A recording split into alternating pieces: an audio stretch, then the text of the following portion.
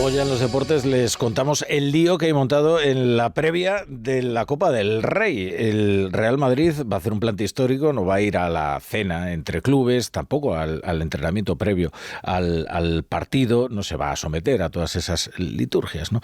En los prolegómenos que dicen los deportivos de la gran final, y todo por unas declaraciones del trío arbitral que consideran injustificables y que además ponen en cuestión su neutralidad antes de que comience la contienda. Luego les contamos en deportes, pero la polémica arbitral ya está marcando, antes del pitido inicial, la final de la Copa del Rey, el clásico que se va a jugar en el Estadio de la Cartuja entre el Real Madrid y el Fútbol Club Barcelona. Una noticia que aquí les adelantamos con información de Fernando Burgos. Ahora les vamos a hablar de los líos de la política, que no son menos polémicos, ya que estamos con el lenguaje bélico. Que Grande Marlaska es el escudo humano de este gobierno es un lugar común, pero todo debería tener un límite. Lo digo porque en el dramita de las balas israelíes, en realidad el gran fallo de Grande Marlaska es no rebelarse con B, no decir basta y dimitir antes de asumir esta nueva humillación. Por supuesto que Interior compró 15 millones de balas a una empresa israelí, pero es que son las que sirven como munición para unas pistolas que había adquirido anteriormente para las fuerzas de seguridad.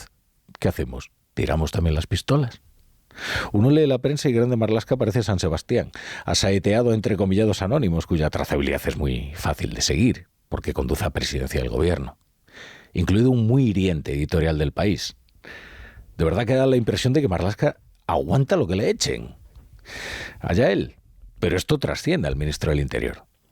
El problema de hacer un sacrificio público de un ministro es que los socios se envalentonan y piden más, que son insaciables. El contratito de 6 millones es apenas una anécdota en el marasmo de contratos que tiene España con Israel. Israel es uno de los principales proveedores al mundo de tecnología y también de tecnología militar. Ahora Izquierda Unida reclama hacer una auditoría de todos los contratos de interior y de defensa. ¿Y qué va a ocurrir después de que resuelvan que el sistema defensivo español depende también de tecnología israelí? ¿Van a desmantelar el sistema defensivo español para darle satisfacción a Maillo? Porque la tecnología israelí es una dotación esencial para la seguridad española. ¿Y qué hacemos con los más de 40 contratos que se han suscrito desde el comienzo de la guerra en Gaza con empresas israelíes por más de 1.000 millones de euros? Esos contratos están en la plataforma pública de contratación. ¿Los van a suspender unilateralmente? ¿Pagarán los españoles también esa indemnización? Una cosa es pagar una penalización por un contrato de 6 millones y otra por 40 contratos de 1.000 millones. La brújula con La Torre.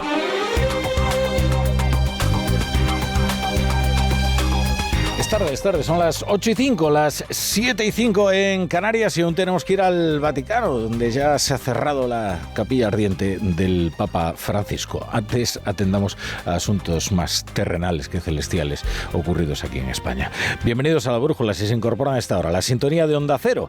Así que Izquierda Unida, henchida por el éxito de su dramita, se ha fijado un objetivo más ambicioso, que es auditar todos los contratos de defensa y de interior. Va a quedar una España Hare Krishna, como sigan rescindiendo contratos para el abastecimiento de las Fuerzas Armadas y las Fuerzas de Seguridad. Lo más importante es preservar el fin superior, que es que Pedro Sánchez mantenga su gobierno, y no puede permitirse ni una deserción, y de ahí el sacrificio, algo desagradable de ver, por cruel, de Grande Marlaska. El Partido Popular ha acudido al Tribunal de Cuentas para dirimir las responsabilidades de una de las operaciones más ridículas del Estado en estos tiempos recientes, que es esto del contrato de los 6 millones por los 15 millones de balas israelíes, porque la empresa israelí a quienes se les compraron estas balas va a cobrar los 6 millones del contrato, y España no va a contar con la munición. Así que una vez más son los españoles los que pagan la factura para costear la necesidad política de Pedro Sánchez, que esta vez es satisfacer a Izquierda Unida, que tiene un asiento nada menos que la cartera del Ministerio de Juventud. Hombre, ante eso, claro, se tiene que postrar el ministro del Interior. Es que Juventud, que casi tiene nombre de dicasterio, más que de ministerio, ahora que estamos con las cuestiones vaticanas. Alberto Núñez Feijóo considera que esto no solo es un disparate, sino probablemente una vulneración de la ley. Que el gobierno ha vuelto a mentir. Esto no se resuelve por un problema de intereses generales, esto se resuelve por un problema personal del presidente del gobierno. España ha hecho y sigue haciendo contratos con Israel en materia de defensa.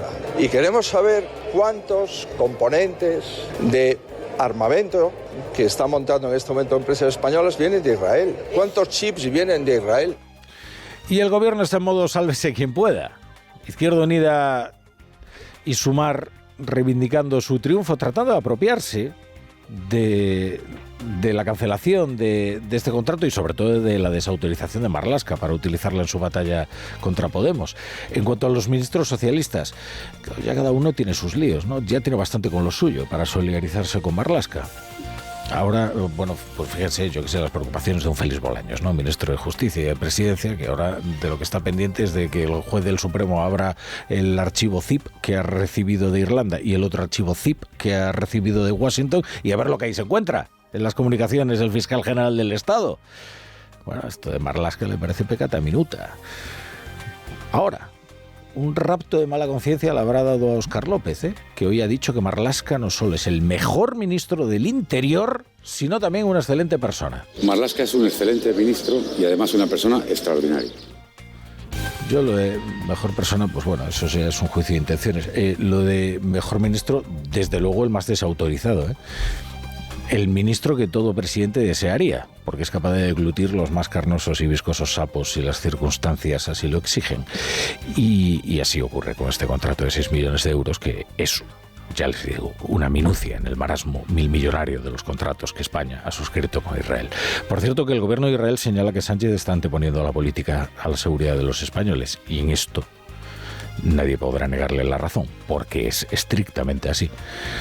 Bueno, hablando de los Sánchez, hoy el Sánchez músico, que se hace llamar Azagra, ha vuelto a sentarse ante la juez.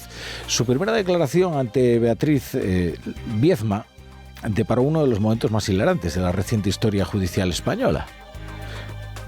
Porque cuesta creer que una persona acuda a testificar sin prepararse siquiera las preguntas más previsibles. Como por ejemplo, ¿en qué consistía el puesto en el que supuestamente le enchufaron? Bueno, y al menos sí consiguió esbozar una explicación. Dijo que la oficina, que no supo ubicar en su primera declaración, era un paraguas para nuevos talentos. El hermano del presidente ha entrado solo, sin su abogado, que accedió antes para estar presente en la declaración, una declaración importante de la primera testigo, que era una de las 11 aspirantes al puesto de David Sánchez. Una señora llamada Cristina Frutos, directora de orquesta, que en buena lid, pues dijo, pues, acudió y aspiraba al puesto y pensaba que sería pues un concurso pues muy libre y limpio. Lo que pasa es que pronto se enteró de que ya tenía un nombre adjudicado. Esta señora Frutos aspiraba al puesto, pero como otros candidatos sabían que esto estaba adjudicado al hermanísimo, o al menos esto es lo que le ha dicho ya al juez. Que por cierto, para la fecha en que le fue confirmado el puesto que le diseñaron presuntamente a medida, David Azagra ya se había buscado un piso en Badajoz. Sin duda, en un gesto de confianza total en sus posibilidades. Creo que no hubo igualdad de oportunidades en aquel proceso. Me dijeron que estaba dada y lo único que puedo decir es que era algo que sabían más candidatos, no solamente yo, porque yo lo oí como 2 candidatos también lo decían. Bueno, y a esta hora la delegación española huérfana de presidente del gobierno, encabezada por los reyes, a los que acompañan diferentes ministros, Félix Bolaños, María Jesús Montero, la vicepresidenta Yolanda Díaz, también el jefe de la oposición, Alberto Núñez Feijóo. A esta hora la delegación española está viajando ya hacia Roma. También viaja hacia la capital italiana Donald Trump, que llegará poco antes de las 11 de la noche. La capilla ardiente de Francisco ya ha cerrado.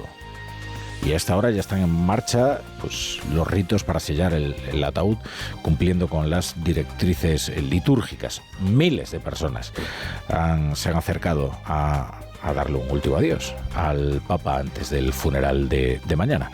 Vamos hasta Roma, donde sigue el equipo de enviados especiales de Onda Cero con José Luis Pérez Vicén y Asunción Salvador. ¿Qué tal, Asunción? Buenas tardes. Buenas tardes, Rafa. 250.000 son las personas que han pasado estos 3 días por la capilla ardiente del Papa, por esta plaza de San Pedro, ya casi vacía. Hemos visto colas hasta minutos antes del cierre, muchos jóvenes, también personas incluso con dificultades para caminar, que han aguantado de pie buena parte de la jornada aquí para despedirse del Papa y que mañana piensan volver para presenciar el funeral. Tenemos que madrugar porque obviamente el gentío es tremendo y sí, aquí estaremos, claro, hay que acompañarlo hasta la última morada. Un Papa hermoso, muy orgulloso de que haya sido latinoamericano. Nos emocionamos viendo a este Papa tan, para mí, el mejor. Al próximo que venga le deja el listón muy alto, ¿no? A ver.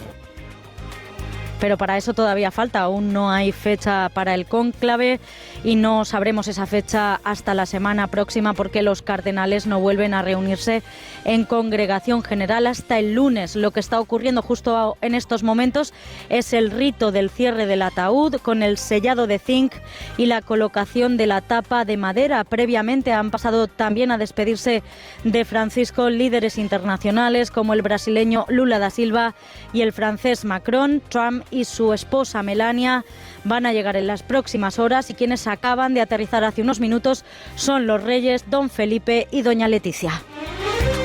En Onda Cero, La Brújula, Rafa La Torre.